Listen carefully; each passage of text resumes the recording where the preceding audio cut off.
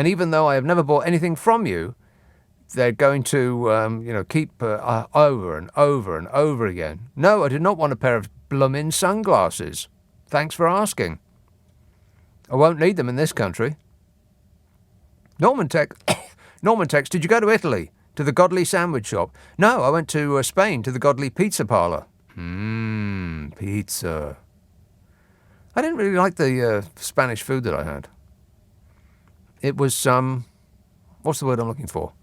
Bad. That's right. Bad. It was bad food. Mostly.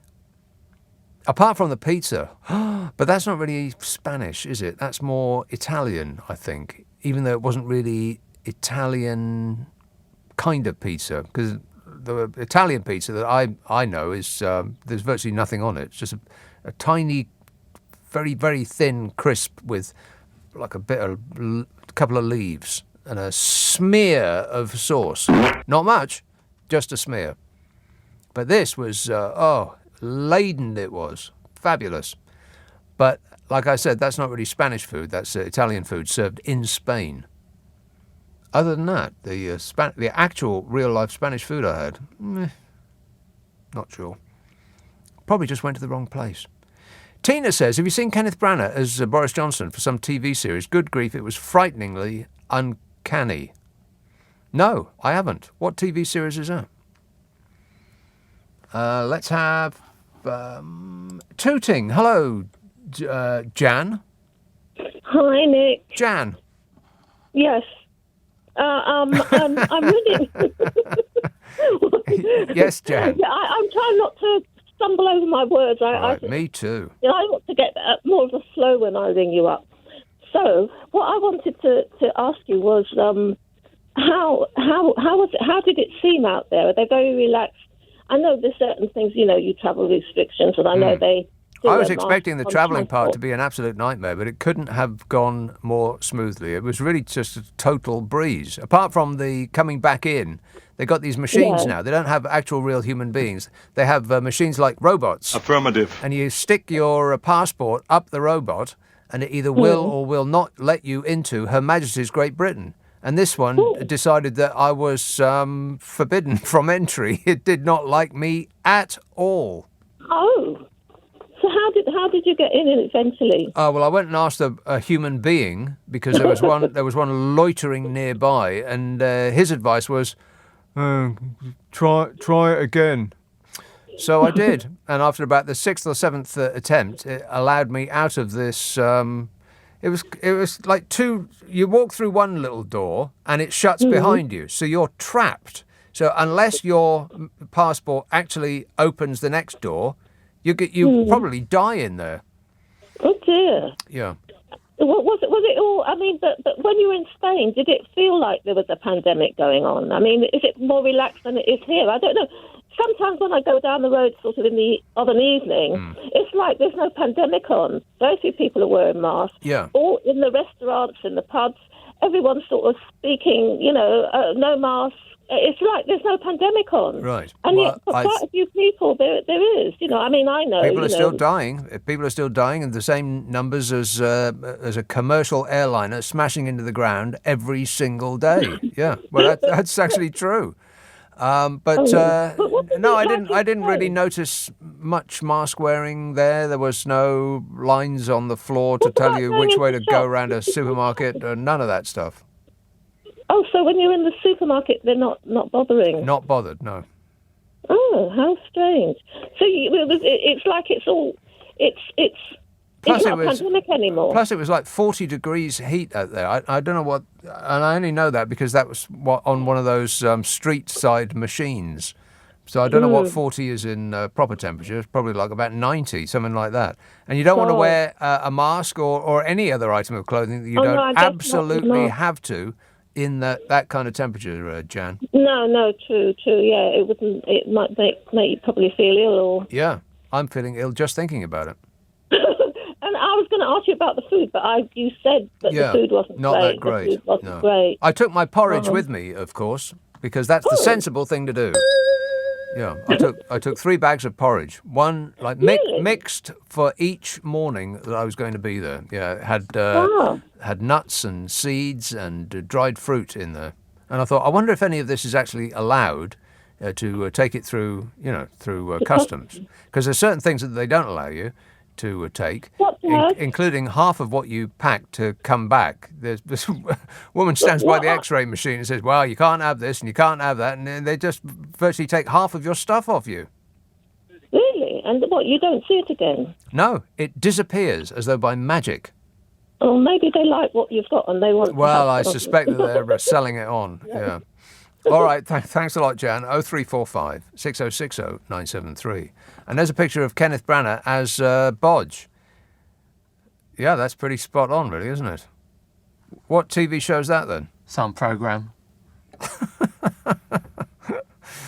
Some program. Correct. Yes, that is almost certainly correct. Tony texts, I genuinely just thought I had contracted that monkeypox. Then I remembered I'd burnt my arm on the George Foreman last night making a toastie. Joe says, absolutely fuming. Bodge should pay the nearly £500,000 it cost to investigate Partygate. It's all a joke to him. He's laughing in taxpayers' faces. Yeah, he had legal advice. I wonder who paid for that. Who paid for your legal advice, Bodge? Boris Johnson was told by Scotland Yard that he would only rather be investigated for 2 lockdown gatherings in Downing Street, sources have claimed.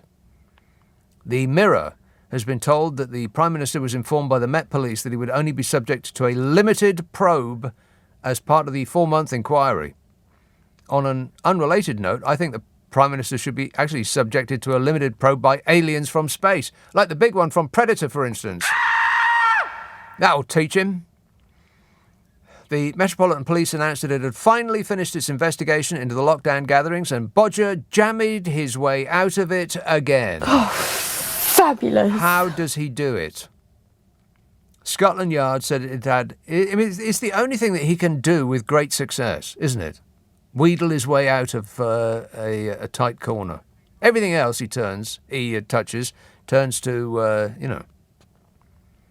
awful. Disgusting. That's what everything else he touches turns to. Something disgusting.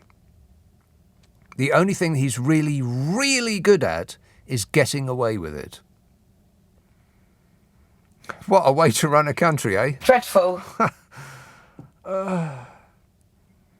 Scotland Yard said it had issued a total of 126 fixed penalty notices to 83 people for events held over an 11-month period during the pandemic. The number of fines underlines the dramatic scale of law-breaking at the heart of government, while the rest of the country stuck to strict lockdown rules. Very strict. Never mind that they were the ones actually writing the rules. Can there be another postcode, let alone address, that has been the epicentre of such criminality? No. I mean, 126 fixed penalty notices to one address. Senior insiders say the PM has told colleagues he has been informed by police that he would only be investigated for 2 of the 6 gatherings he was believed to have attended. Right, so what about the other 4 then? He just gets a pass. Detectives are believed to have looked into his surprise birthday bash on the 19th of June 2020. Surprise! And the so-called Abbot party in the official Downing Street flat that he shares with his current wife, Carrie, on the 13th of November 2020. It's unclear, says the Mirror, why police felt it was reasonably necessary for Mr. Johnson to be at the other events for work purposes while other attendees were fined. Just let that sink in for a minute.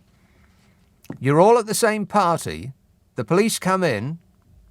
This is metaphorically speaking. The police barge in and say, hello, what's all this then?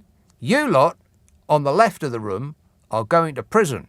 You lot on the right, carry on, best of luck. It's worse than that. Whose house is this? It's mine, officer. Oh, well, right enough. As you were, everybody else that's here, you all get fined. Scotland Yard confirmed it had set a high bar for evidence in their investigation. Yeah, it was a bar that they had to get over to have grounds for prosecution, and was set just a little higher than the orbit of the International Space Station. They were after evidence, like photos. Fortunately for Bodge, there were no photos of him at a party, apart from Number 10's official taxpayer-funded photographer who took pictures of Boris Johnson at his birthday party on the 19th of June 2020. And his former top aide Dominic Cummings had previously said that there were photos of parties held in the PM's free flat. Free to those that can afford it, very expensive to those that can't, us poor dopes who pay taxes. And the fact that everyone has a camera on their phone, of course, which they have on them all the time, so there must be literally hundreds of photos of Bodge, probably in a toga, being fed grapes by some top Tory totty, as he would put it, and dancing like the wife isn't watching. Downing Street declined to comment because it was a bit under the weather, as it had been up all night going mental. And despite dozens of aides receiving fines, the Prime Minister, who attended 6 of the same events, was told by the police that he would not face further penalties. Of course, if he had faced further penalties, then the clamour for him to resign would have been enormous, because Keir Starmer said that if he gets one penalty, he's out. So it would have been inconvenient for the PM to get another penalty, and as though by magic, he received no further penalties. Junior officials working in Number 10 told the Mirror that they were unhappy that they ended up carrying the can for rule-breaking during lockdown when the PM had escaped further censure. Junior officials working in Number 10. Well, I'm sorry, but you've got the stench of the regime on you. And the fact that you're unhappy is neither here nor there. Stop whining. Get a better job. The Johnsons are believed to have escaped fines for the gathering in their official flat on the 13th of November because they argued it was a work event. It was previously reported that Abbot music could be heard blasting from the flat as the group celebrated the departure of the bitter rival Dominic Cummings, who, moments previous, said, "Bye-bye, I'm leaving." Sources told the Mirror that they were all getting totally plastered until the early hours. That's a quote.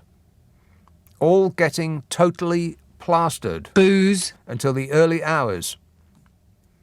It was a bring your own booze, let's get totally plastered, work-based business meeting. But Mrs. Johnson, who took legal advice before submitting her questionnaire, is said to have told police the gathering of her friends, who were also political aides, was a strategy meeting. Meanwhile, the PM, who also consulted a top lawyer, is believed to have claimed he was interviewing one of his wife's friends, who is a government advisor, for a new job. So no issue there, obviously. I mean, he's using it as an alibi.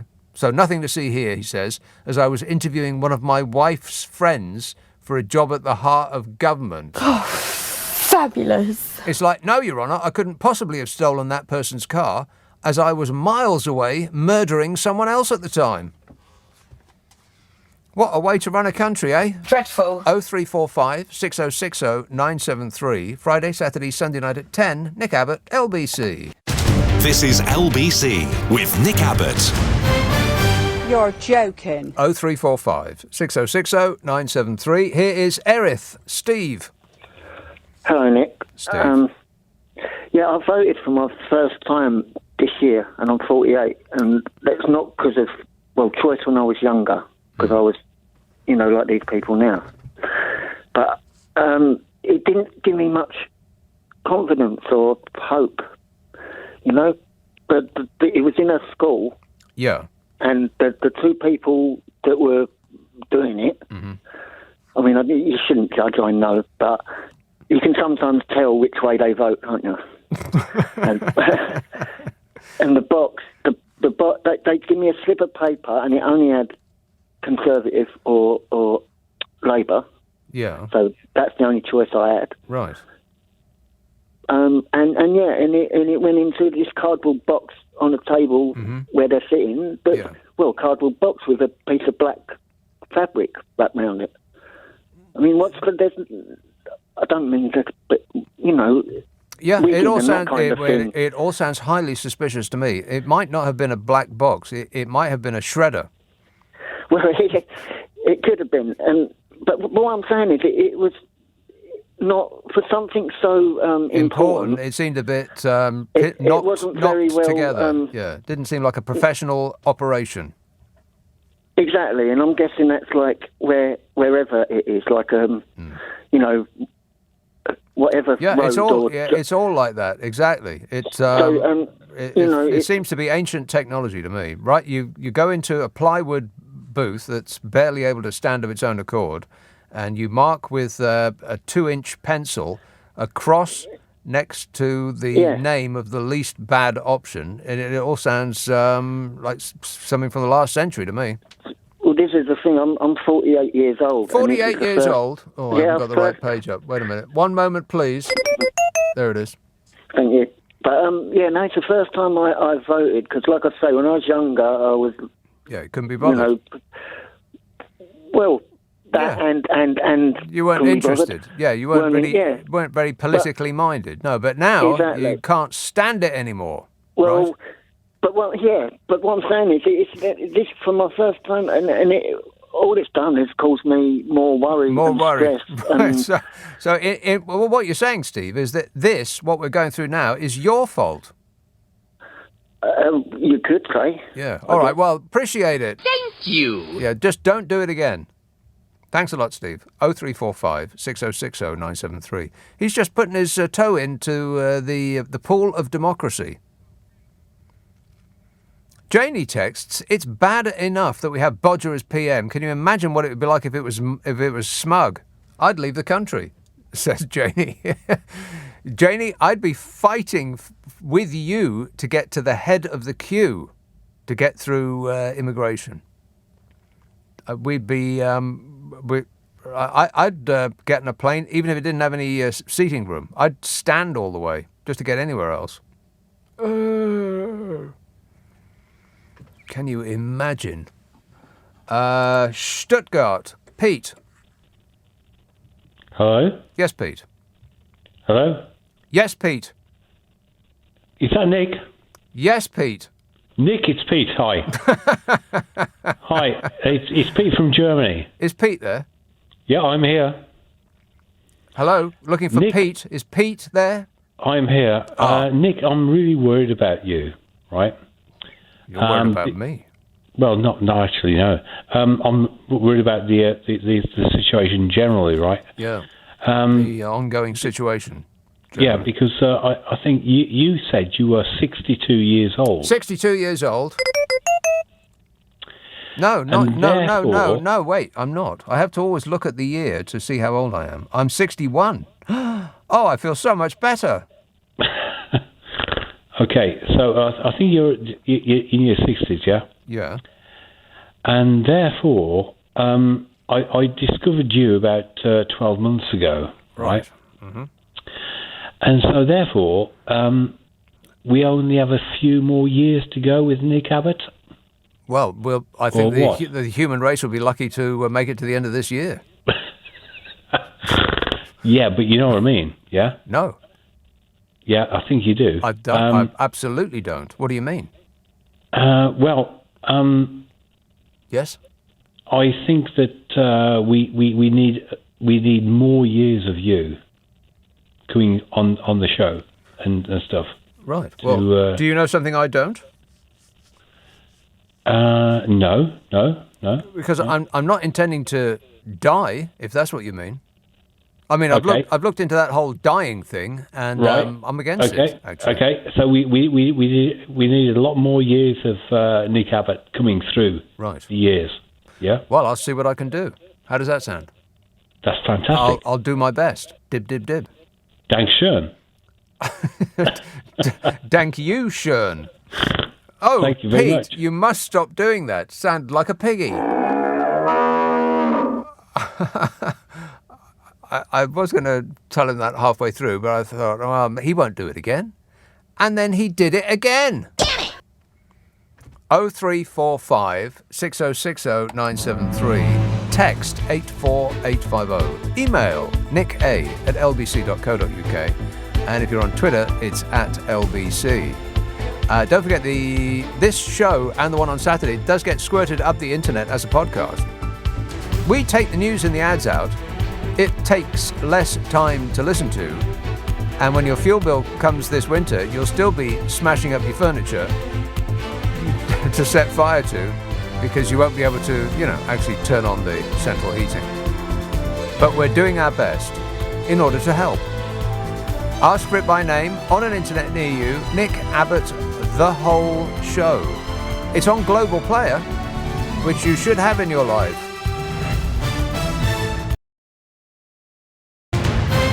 Hang about, Nick. Listen. Now, what I'm trying to say to you is this, Nick, right? Janie texts, it's bad enough that we have Bodger as PM. Can you imagine what it would be like if it was Moggs? I'd leave the country, says Janie. And that seems to me like I've got deja vu, like they say in Germany. Just ask that last guy from Stuttgart. He'll tell you. Mike says, getting splattergraph readings from my Jeep windscreen this week. I can confirm Suffolk bug population alive and well. Mostly, says Mike. No, the bug population has been decimated. I barely saw a single bug in Madrid. I thought that I was going to get eaten alive because mosquitoes see me and shout buffet. But nothing. Absolutely nothing at all. Clouds of swifts in the air, like darting back and forth all day long. Presumably they eat on the air, on the wing.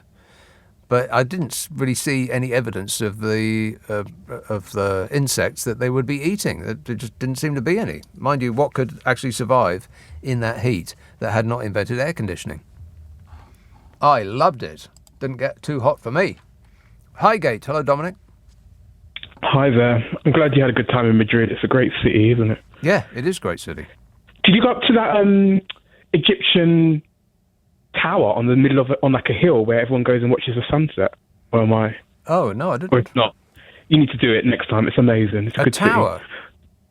Yeah, it's like a tomb on the top of a hill. I know like a lot of like Instagrammers go there, and I went there and do like a kiss as the sunset goes up. It's very cliche. Is it? If you're in love, are you talking about it's like a semicircle of columns with a bloke on a horse on a statue on the top? Is that what you're talking about? With a boating lake in front of it. No. I will find the name wrong. and right. But I feel like Jacob Rees-Mogg went rogue in your absence. Somebody gave him a memo that you were out of town. Oh, yeah. And he just went. And this week he said that 6 penalty notices are un-British. And I just thought, what? I know. And I mean, it clearly he just changed. They changed the goalpost because they've got 120 of them. Yeah. And I mean, not only have they hijacked the word patriot, and then they hijacked the British flag, but now it's un-British to be fined when we love a fine in this country. It's like our thing, isn't it? Well, it just seems such a bizarre thing for him to say, and he said it in his smarmy little voice as well. It's just, as soon as I saw it, I thought, oh, Nick will be livid. But then I hear you're sunning yourself off in Madrid, yes. having the time of my life. Yes, doing nothing. Do you go to the Museum of Ham? The Museum of Ham. No, but it's amazing. I'll definitely. It's a little chain of. I'll put that on my list for next time. Yeah, do it. It's amazing. You get a €1 beer and they give you a plate of tapas. I don't know how Spain survives. Dominic, you had me at €1 beer. Thanks for that. 0345 6060 973. Tom says, which is posher, Waitrose or Marks? I just don't know, he says. The sandwiches are definitely better at Marks and Sparks, but does that tip the balance, says Tom. Which is posher, Waitrose or Marks and Spencer's? I would say Marks and Spencer's is posher for food, but Waitrose parent company, John Lewis, is posher for clothes. So I hope that helps. I know that's very specific, Tom, and it's not quite what you asked, but I believe that M&S is posher than Waitrose. That just seems to be my my take on it. I tell you what it is. It's colder. It's so cold in M&S, or at least the one that I've been in lately. I mean, absolutely free. I don't know how the people in there who work there survive, because they seem to be T-shirted. I would be hat, coat, scarf and gloves sitting at the the machine that goes boop, boop, boop. That machine all day long. Nick tweets, in Spain this week, okay, who got you a ticket? I paid for the ticket out of my personal pocket. South Wales, hello, Jan. Nick, Mr. Abbott, can I call you Nick? Yes. Brilliant. You had a caller on earlier on from Stuttgart, okay? Yes. Mm-hmm. And my friend, I was speaking to my friend a while back, and I just want to get out of this country in a spiritual way, because he was in such a depth of despair, yes, as it were. Despond. And I said to my friend, I'm listening to Radio Leipzig, because I made, and he said, what do you listen to? I listen to radio and, what's the one in Greece now? The Athens station. Well, anyway, he said, you want to listen to LBC? I said, what's that then? So I put it on the TV, and he said, his friend listens to Nick Abbott in the night. Yeah. Okay. You were listening to a Greek radio station. Is that what you're saying? Yeah. So I go all around the world. From Athens. No, I'm in Wales. Yeah, I know that, but this Greek radio station was in Athens. Radio NL Athens. Why do you listen? Why do you listen to a radio in Athens? For the weather? So I wake up in the morning, okay? Because I used to, and I just wish I was somewhere else. Mm-hmm. You wake up in the morning in South Wales and you wish you were somewhere else. Well, can I recommend Rill? That's in North Wales. LBC talking to you. Right. All right. And that makes waking up in South Wales easier, does it? Yeah, well, it's added a new dimension to my life. I can imagine. Well, listen, tongue-in-cheek, okay? So I thought, Nick Abbott, and I put you on the thing, and we are the same age, okay? If you say so. Well, so, and you used to work for Radio Luxembourg? Radio Luxembourg, yes. Where's this going, Jan? Well, anyway. Warning bells are ringing in my mind. Right, so I got all this stuff now, and I know you've got a low threshold of boredom, because I've listened to a few programs now. Yeah. So I'm sorry, time's up. We'll never know.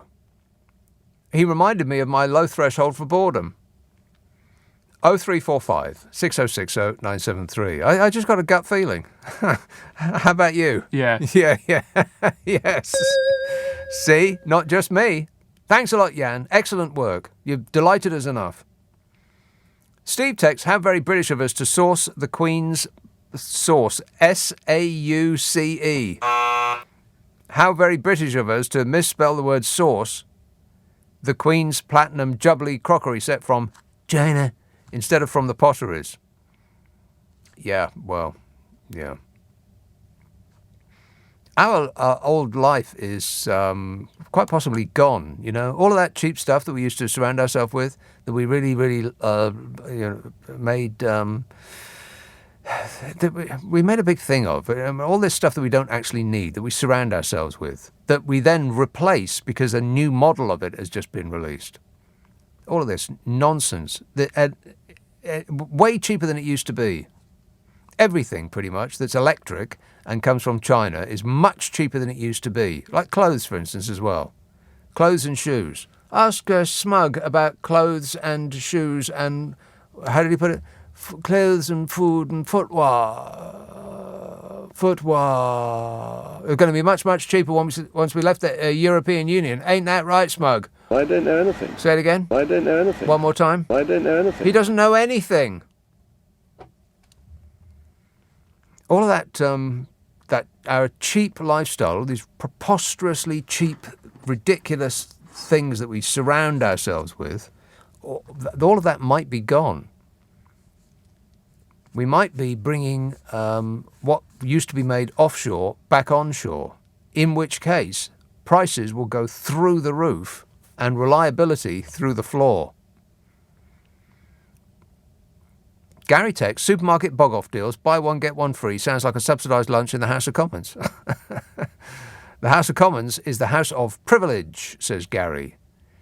Yeah, Boris Johnson is refusing to please Jamie Bloomin' Oliver because Boris Johnson said he's doing his best to protect us from the price rises and the crisis in affordability of life right now.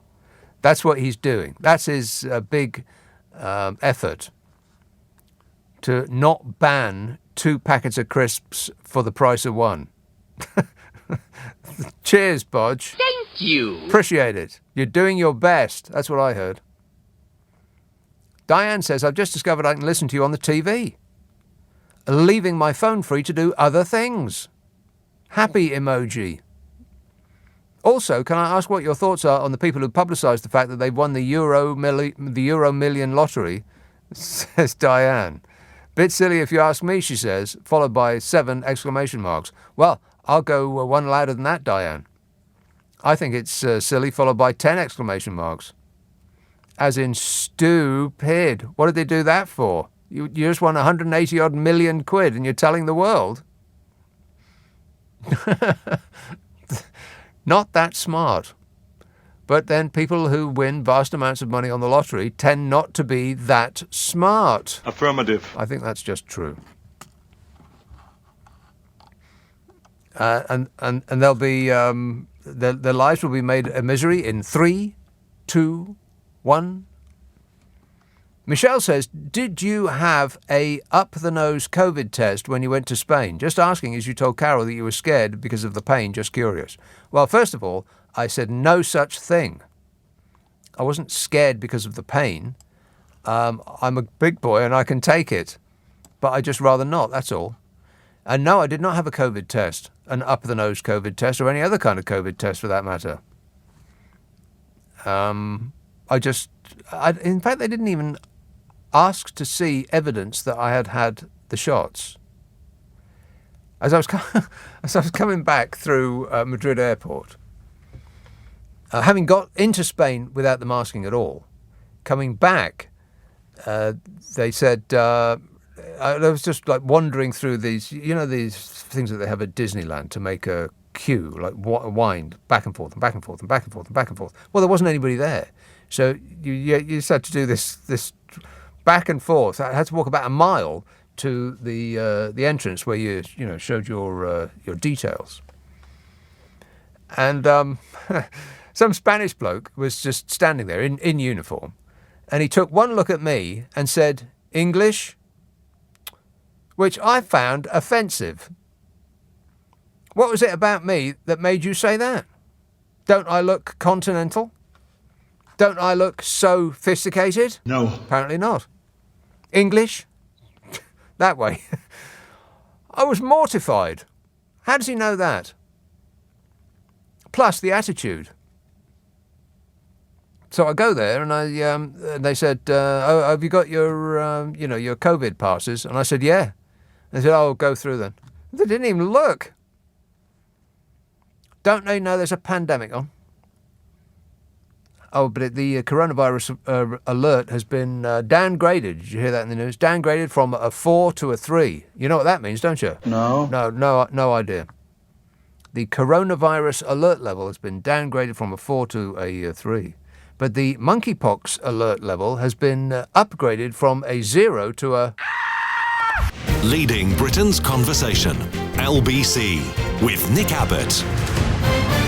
Are you trying to be funny? Because I'm all out of laughs. No, there's nothing funny about it. Colin texts, got an £80 ultra-low emission zone fine this week. I live now in Germany, so I was not aware. Fair enough, ignorance is no defence, but I'm told I could have travelled in the same older car if I'd paid in advance a £12 charge. I don't get it. Is this about emissions or just another road tax, says Colin. A little bit of both. Yes, you could have travel in the world's most polluting car if you just pay a £12 charge. You're not banned from entering, but it does mean that only well-off people get to do it. Or those who aren't well-off, who can't afford to get a better car and are forced to drive in. So, there's that. Otto tweets, "We don't live in a democracy." Well, that seems indisputable. Not a proper democracy, anyway. I mean, if after an election, a minority of the people give the winning party 100% of the power, then that's not really very democratic, is it? Plus, there's the head of state, which is delivered to us as though from God himself. Not elected, and an upper house that's not elected either. No, the more you look at it, the less it seems like a democracy. Well spotted there, Otto. Jess says, "I also went to Spain last year, and the sunsets are incredible. In Tenerife, there is the observatory, which Brian May apparently frequents."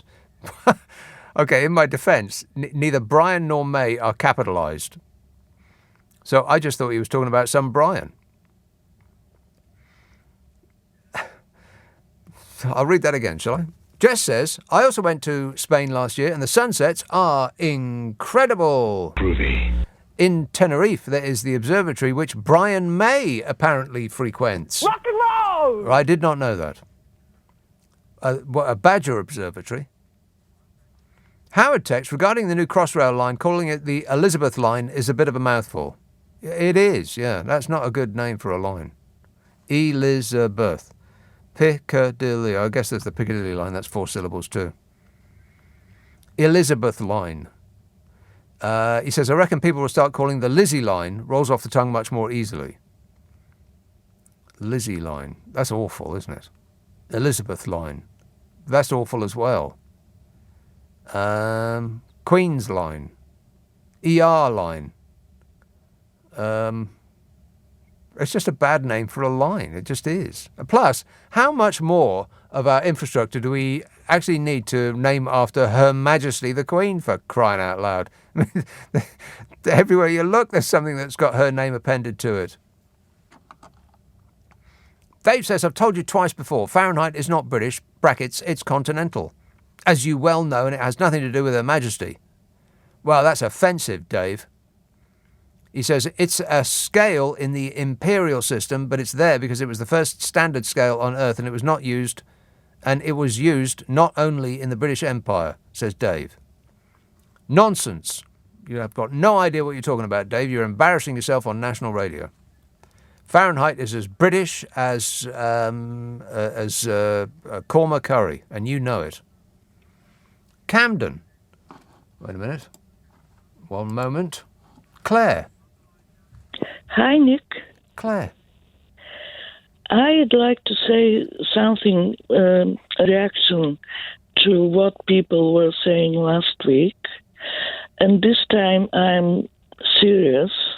What were people saying last week? They were wondering what dog can the current PM be compared to. Right, an incontinent puppy. Doesn't matter what breed it is. It's something that's not house-trained yet. And I'd like to say that no dog deserves to be compared to the current PM. Right. Because dogs have dignity. Yeah, and they quite often half attempt to cover up their mess. Yeah. So there's that. Yeah, but in any case, they have much more morals. Dogs have much more morals. Much higher morals. Well, more evident sense of morality. Yeah. Well, at least they know that when they've done bad dog. If they look at you like, "Oh, I'm sorry." But Bodger goes, "It wasn't me. It was like that when I got here." Yeah. Yeah. Probably, yeah. So, how's it going, Claire? You know, now you're here. It's It's going okay. Can't complain, but sometimes you still do. Yeah. There is something else. What? Could we? Do you think we could break it to the Brexiters that it didn't go very well? That there will not be any Brexit at all. Well, there'll be no Brexit bonus. If you're still hanging on for a Brexit bonus, no such thing exists. It's not coming your way. Give it up. Yeah, because Liz Truss. Oh no! What's she done now? She said she's going to tear it up. Right. The Northern Ireland piece of paper. Yes. Yeah, or anything she can get her hands on. Yeah, she's like a whirling dervish through paperwork. Yeah, she just rips everything up. And this is the piece of paper upon which the current PM stood and declared, we have a deal. Have done it. Mm-hmm. Yeah, we got it. So the Brexiters can adopt a new pink rosette for their... They can adopt the crash position because this boat's going down. Yeah. A pink rosette would suit them better because it's the same color as Peppa Pig. Right. Okay. I think I understood some of that. Leave that with me and I'll cogitate it a while. All right, thanks a lot, Claire. 0345 6060 973. Jenny tweets, if only it was possible to sleep for a whole year. I'd really like a fast forward button on life currently. Oh, that's terrible, Jenny. If you had a fast forward button, you wouldn't actually age. You could just skip ahead, see what next year's like. Actually, that's a great idea. They should invent that. A fast forward button. Like at the next general election. If people make the same stupid mistake that they made in the last general election. Yeah. Wait. You could just fast forward 5 years. See what the next one's like. Good idea, Jenny. 0345 6060 973. Stamford, Connecticut. Martin. Hey, Nick, you just said something that really resonated with me a few minutes ago, and I'm originally from Wales, although I've lived here in the New York area now for 33 years, but I was horrified when they named that new bridge across the Severn River a certain name. I can barely bring myself to say it, but I will, the Prince of Wales Bridge. Oh, yeah. And so I'll never say that again. And when I learned that they were naming the Crossrail line, what they're naming it, I thought this is just more of the same. It's the constant infantilizing of the British public. It's ridiculous. Well, give it up. It's the constant advertising is essentially what it is. It's an advert for their firm. I mean, they call it the firm. It's run as a firm. It's people who are very aggressive, have control of the finances. They're not nice people to do business with.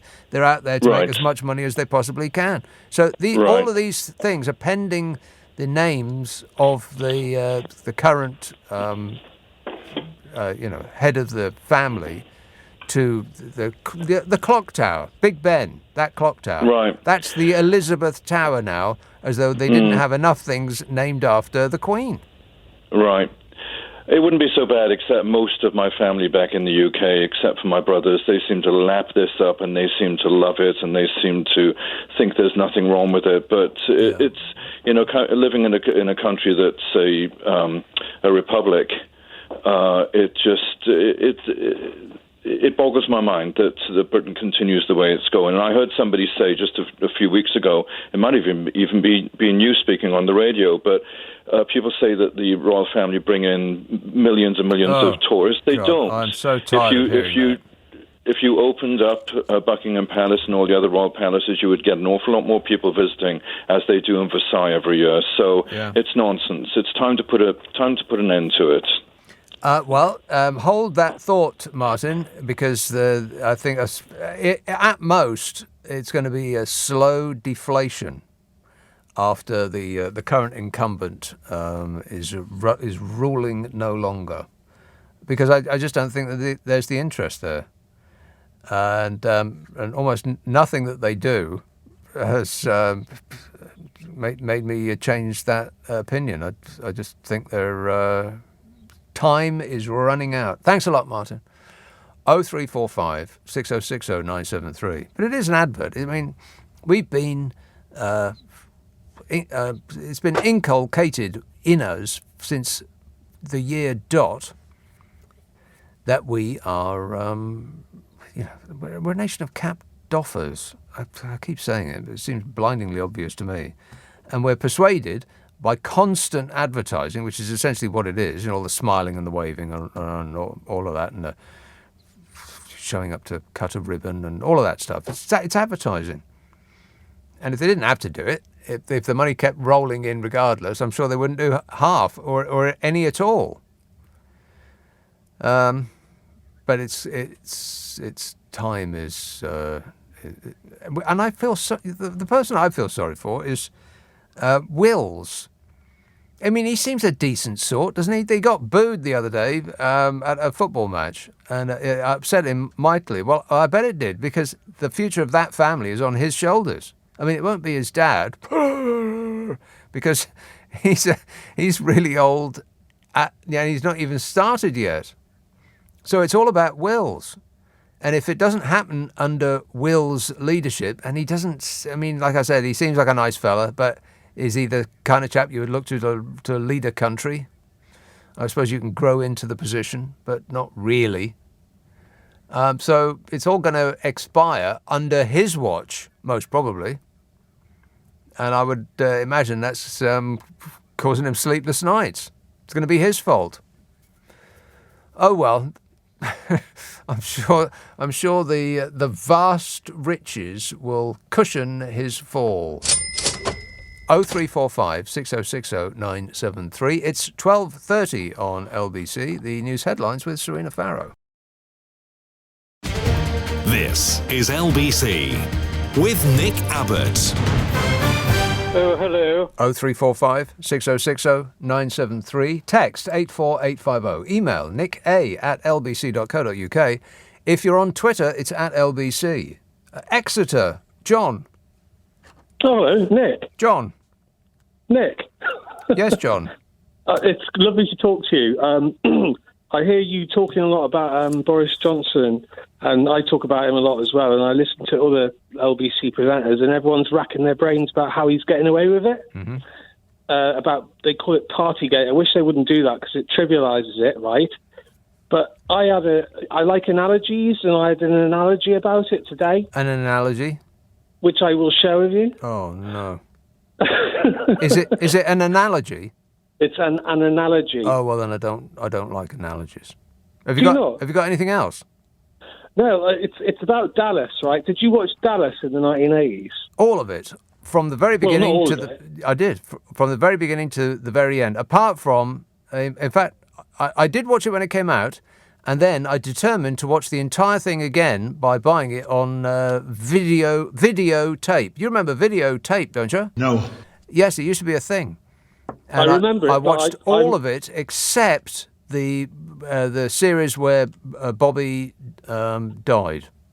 And he had a dream. Oh, his wife had a dream that it was all a dream. Yeah, apparently, yeah. I was going to look it up, but I absolutely refused to do that. Of course. But it's like, it reminds me of what they're doing, is that they're basically saying that all of the restrictions and COVID pandemic, it was all a dream. That's what they're saying. And now he's going, we didn't really have those rules, and they didn't apply to me. So it reminds me of Dallas. Okay, well, that's shoehorning it in, but good work there, John. Thanks a lot, mate. 0345 6060 973. Everybody under the age of, under the age of sort of 50 won't have any clue what I'm talking about with Dallas. Okay. He doesn't. He's busy. I'll just assume that he wouldn't know. Wouldn't know nothing about Dallas. It used to be a big thing. I can remember at this very peak, actually running along the street to get back in time to watch it. And this is in the summer, so people had their windows open, and hearing the theme tune to Dallas follow me all the way up the street. Literally everybody was watching it. There's nothing like that anymore, is there? I mean, apart from perhaps football, if there's like a really important international, then you might get that. But other than that, there's just nothing like that these days. People say, "Oh, have you seen that new thing on?" Well, name the streaming service of your choice. I mean, you can't catch them all. There's just too much. It's a little bit of a shame that nobody has any of those sort of those things that that everybody more or less experiences at the same time. Not on TV, because that used to be the thing that brought us all together. Or you could be fairly sure that everybody would have watched, because there was, there were like 3-4 channels, something like that. And on the BBC Two, it would be bloomin' opera again. Boring. And that was it. Then you had your one and 3, and so it had to be on one of those. Yeah, Dallas. I can't think of any TV program recently that you could say the same of. I mean, even even the Eurovision Song Contest, it doesn't really get very big audience. It gets a lot of news. I think it gets more news than it does get an audience.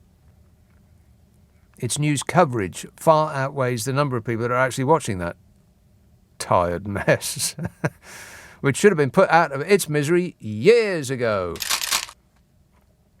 Carol texts, Boris is innocent until proven not guilty. Then he's guilty.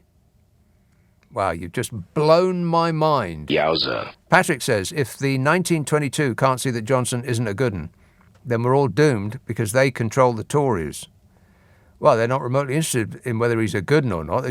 They're just interested in if he can keep them in power. Or would somebody else do that job better? But they seem to be racked with indecision.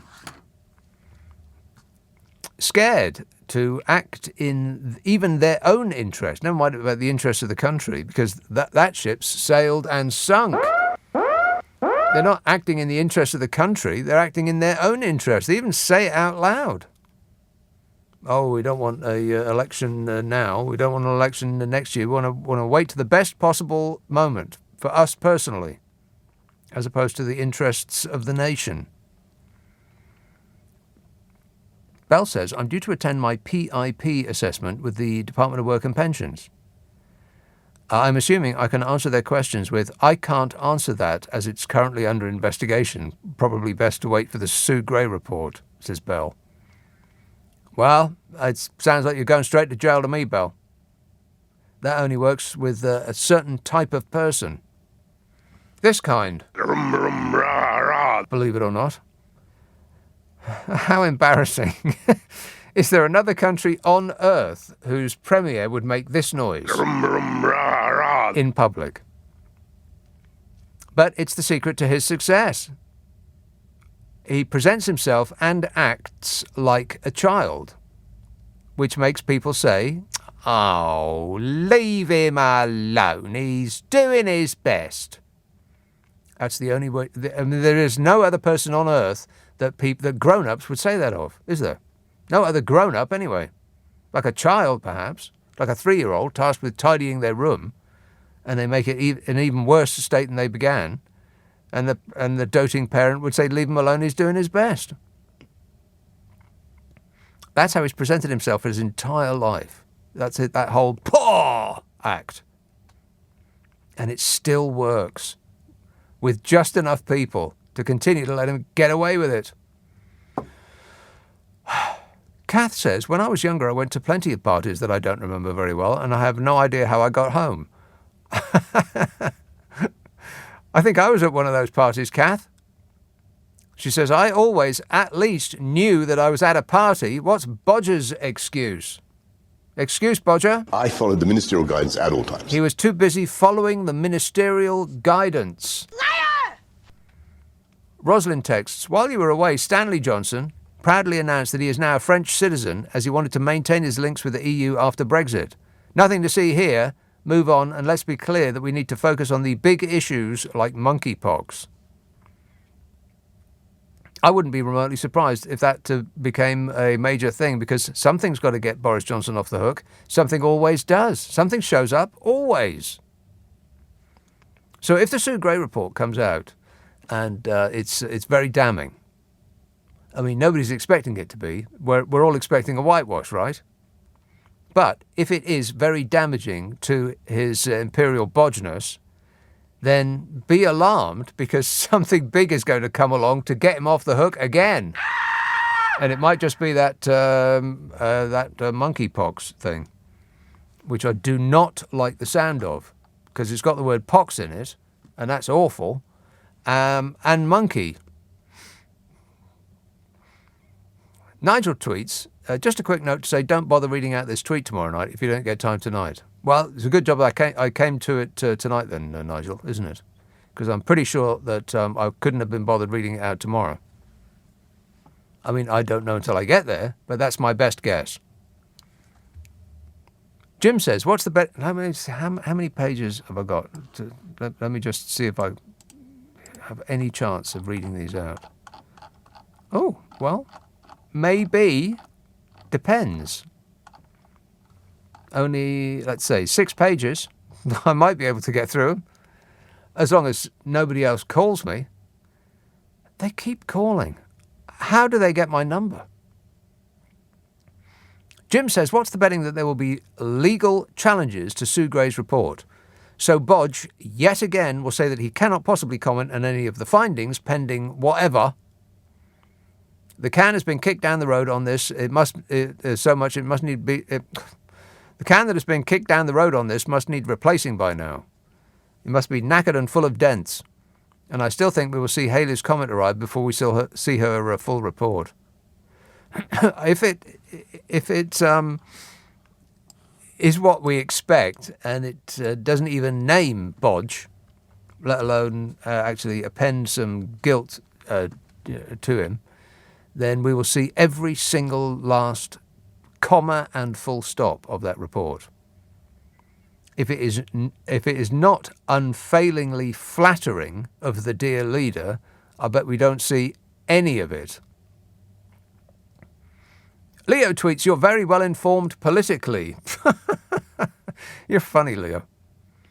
He says, why are cities and rural areas seeing such divergent voting patterns both in the UK and the West? Is it a combination of demographics and social views, or is it far more nuanced than that? I think it's...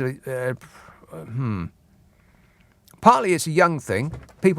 Young people leave rural areas and go into cities, and young people are less likely to have bought their own homes. They're less likely to have surrounded themselves with treasure, and so are less likely to vote for a party that styles itself as the one that will let you keep most of your treasure. So they tend to be left-leaning. In city areas also tend to have places of further education, and people who have received further education tend to be more left-leaning. People in rural areas tend to be older. They've surrounded themselves with treasure, and and for those 2 reasons, they tend to be more right-leaning. So that's probably it. Is that the explanation you were looking for there, Leo, or were you after something that made more sense? In which case, you've come to the wrong place. Haley says, you said you were taping a new podcast. Okay, Grandad. Did you know we've switched from analog to digital? I love your podcasts, even if 1988 called and wants them back, says Haley. Wow. The kids today, eh? You can't live with them. You can't thrash them. It's because of the Human Rights Act and the European Union. 0345 6060 973. Text 84850. Email nick@lbc.co.uk. And if you're on Twitter, it's @LBC. Friday, Saturday, Sunday night at 10. Nick Abbot, LBC. This is LBC with Nick Abbott. Call 0345 6060 973. Tweet at LBC. Text 84850. Come on, we're running late. 0345 6060 973. Simon texts, I've got 100 tins of beans ready for the next 2 years of Tory government. 100 tins. Right. That's one a week. More or less. Jack says, you can't talk about animal cruelty towards dogs in flats if you pay for pigs to be in gas chambers. What? Well, I think the difference between those two scenarios that you've just outlined in horrifying detail for us there, Jack, is that we as a country, we as people, pride ourselves, or kid ourselves more accurately, that we are animal lovers. Now, we eat parts of animals, like pigs, for instance, and it's very difficult to get a part of a pig onto your dinner plate without executing it first. So we ignore all that part and we concentrate on us being kind to pets, dogs.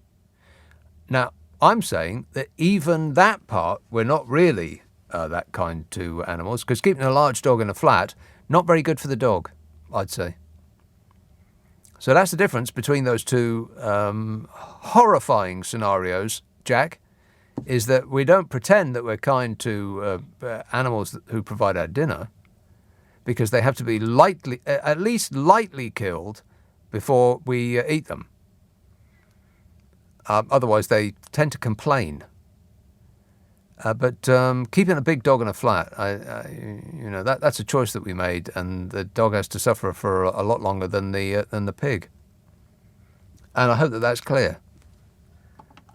Robert texts, you've got to stop banging on about compulsory voting, a la Australia. Just ask yourself, if it's such a great idea, then why is it only Australia and no country in Europe nor any other democracy in the world has it, that I know of, says Robert. Can you think of any other country apart from Australia that has it? This is because, should voting become compulsory, then that country ceases to be a democracy and becomes a dictatorship. Would you wish to live under a regime? I do live under a regime, Robert. And the opposite of what you just said is true. I mean, if voting becomes compulsory, how could that be less democracy? You make no sense. But it fits right in on this show. Cornwall, Malcolm. Hello, Nick. How you doing? Good, thanks. Nick, I got a sneaky feeling that the word is already out in the Tory hood in Westminster that the big dog, Bodger, is pretty much in the clear because he put his faith in his top civil servants, which is what he should do, and his top civil servants and all the other civil servants have let him down really badly because he didn't have a clue of what was going on. Yeah. Because he shouldn't have, because that's what they're there for.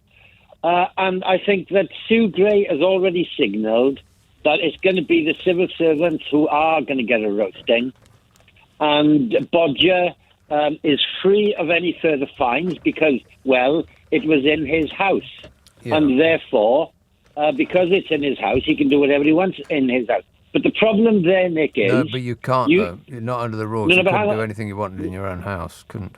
No, but hang on, Nick. You've got people who have been fined up to £10,000 for having a party in their own house. Correct. Now, if he gets away with it because he's only had one fine because it was in the cabinet room and they got to give him at least one, but they couldn't give him any more because, it's in his own house. Well, those people who have been fined up to £10,000, I think they've got a good case to go back to court and say, well, look, if the Prime Minister was in his house, I've been fined 10 grand. I think you should fine the people who are in my house, but I think you should let me go just as has happened with the PM. Yes. So I think the guy is in the clear now, and I think the civil servants are going to take a big fall for the big dog. Yeah, because he's apparently so stupid that he doesn't recognise a party when he's actually in one. I mean, he's the fellow that is taking more control over how this country is run. He's gathering more power to himself, a bloke that doesn't know if he's at his own blooming party.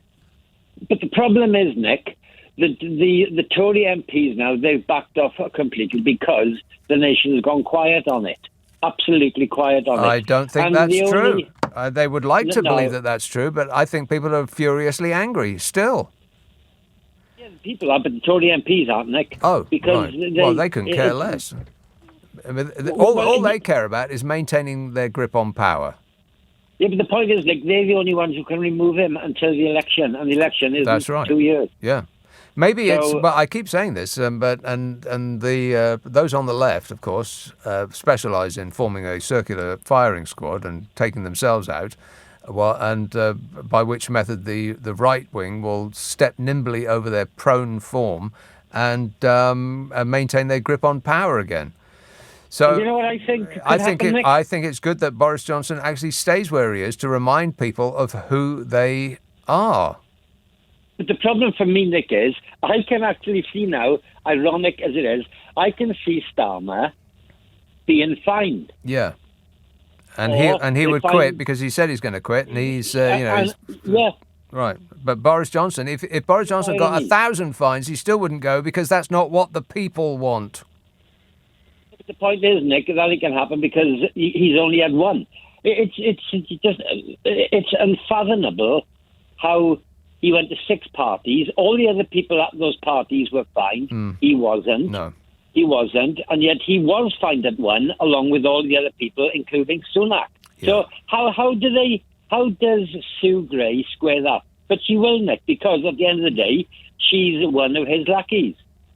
Well, I don't know about one of his lackeys. We don't really know what the She is. relationship is there. She Well, is. I don't, She's, anyway. Nick, she is because he's the boss of the civil service, isn't he? Well, okay, but lackey implies a certain... Well, all right.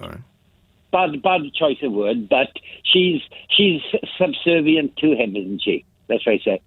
Right, he's her boss, essentially. Yes. Or has Yes, in his yeah. power to the ability to, make life extremely difficult for her at the very least. Well, where would she go? Where would she go if she I'll said tell to you where them- she goes, Malcolm. She will go straight to the House of Lords. I betcha, betcha, betcha. Yeah, there was a video, a film of her. She was filmed in Ireland talking about her life over there in the pub. Oh, yeah. And her husband moving back to England. And she seemed like such a renegade. You know, she was like the naughty kid on the block in the She's civil a service. rebel, and she'll never Yeah. be any good. But she's not, Nick, I don't think. I don't think she is. I think she's going to go... Well, if she's and that high she's up in gonna the fall civil line. service, she couldn't possibly be a rebel. I mean, they don't do Well, we'll rebel. see.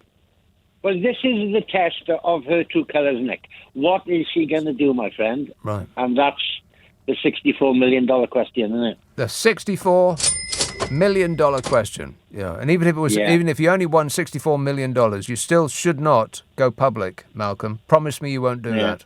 I wouldn't, mate. All right. Smart move. All right. Thanks a lot, mate. Pamela tweets, I went to Madrid a while back, and I would agree that unless you go to really expensive restaurants, the food wasn't great. Alicante has fabulous restaurants and really good prices. Try there next time. It's 23 degrees here in Alicante at midnight, says Pamela. Thank you, Pamela, but we don't wish to know that. Bloomin' freezing over here. And wet. I bought some food out of a supermarket and ate some of that. But I thought, I can't do this every night because that's not really, I'm in Madrid. I might as well eat out at least once. And so I did. And it was almost as though they were trying to make everything have the texture of rubber. I mean, the calamari, that was rubbery. But not in a Benny Hill way. It was rubbery. But, some calamari is. I was expecting a little better, to be honest. But it was rubbery. And it was followed by grilled vegetables, and they were rubbery as well. It was almost like they'd cut up bits of car tyre and put different sauces on them in the back, which I was disappointed about. I wasn't angry. I was just Disappointed. But then I had some pizza. Ooh, pizza. But like I said, pizza's not really Spanish food. It's more Italian or actually American, the way they served it. Absolutely piled full of, and you're not going to like it,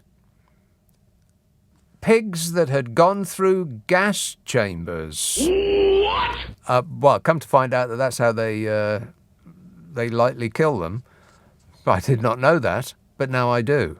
But it didn't make it taste any less sweet. One of the best pizzas ever. Gary said, did Scotland Yard's high bar for evidence serve champagne? The high bar for evidence, does it serve champagne? Booze. Excellent question there, Gary. Let me finish on the advert for the podcast that I do with Carol McGiffin. Yeah. It's called What's Your Problem with Nick and Carol, in which the fabulous Carol McGiffin and I try to solve people's problems while laughing like drains. We're going to tape tomorrow, and if you want us to have a bash at your issue, then you're going to have to tell us what it is, because we're not mind readers. Nick and Carol at global.com. NickandCarol at global.com, and prepare for total satisfaction. Oh, right, yeah. You can get it where you get good podcasts. Try Global Player, which you should have in your life for Apple and Android. Find it at your favourite app store. It's got all the radio stations that we do and a boatload of podcasts, in amongst which the 3 that I do will appear in front of your eyes as though by magic.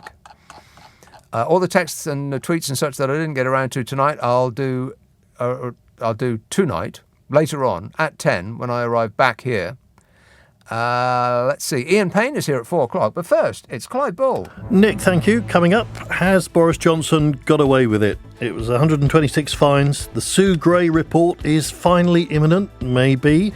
But after all of that and all of the delay, will Partygate end up as a non-story?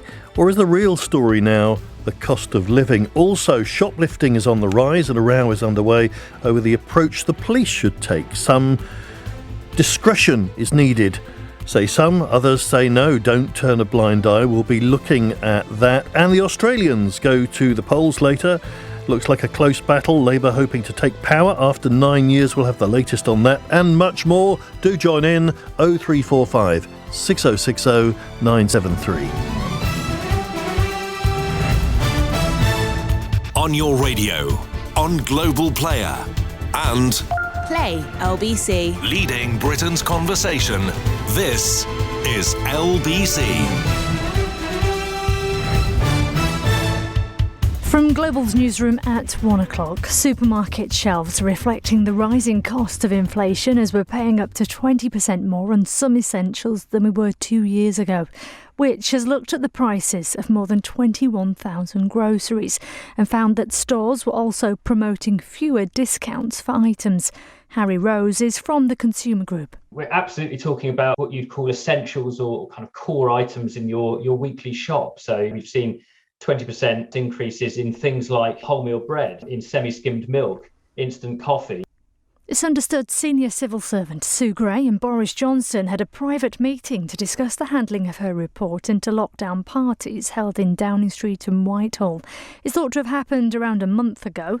Labour's Deputy Leader Angela Rayner says the Prime Minister must urgently explain why, and that's despite claiming that the report was completely independent. There's uproar in a North Yorkshire village over Home Office plans to move at least 50 migrants there by the end of the month. Hundreds could be sent to the disused RAF base in Linton-on-Ouse. Conservative MP Kevin Hollinrake says people are worried something catastrophic could happen. A Home Office will end the reliance on expensive hotels. A national memorial is opening later as a tribute to those who died during the coronavirus pandemic. The structure will be in Bedworth in Warwickshire, and as Councillor Chris Wilson explains, it's quite an interactive piece. It's very much designed to be a community event and interactive, so anyone can walk in, they can write a message on the structure or put a piece of paper into one of the nooks and crannies that are in there and just leave a personal message or memento. And in a week's time, the memorial will be set alight. Finally, Wimbledon says it stands by its decision to exclude Russian and Belarusian tennis players this summer following the invasion of Ukraine. That's despite the ATP and WTA objecting and refusing to issue ranking points for this year's tournament. LBC weather cloudy for northern and western areas this morning. A mixture of sunny spells and cloud elsewhere, though, with a high of 20 degrees. From Global's newsroom for LBC, I'm Serene. For LBC, I'm Serene. For LBC, I'm Serene. For LBC, I'm Serene. For LBC, I'm Serene. For LBC, I'm Serene. For LBC, I'm Serene. For LBC, I'm Serene. For LBC, I'm Serene. For LBC, I'm Serene. For LBC, I'm Serene. For LBC, I'm Serene. For LBC, I'm Serene. For LBC, I'm Serene. For LBC, I'm Serene.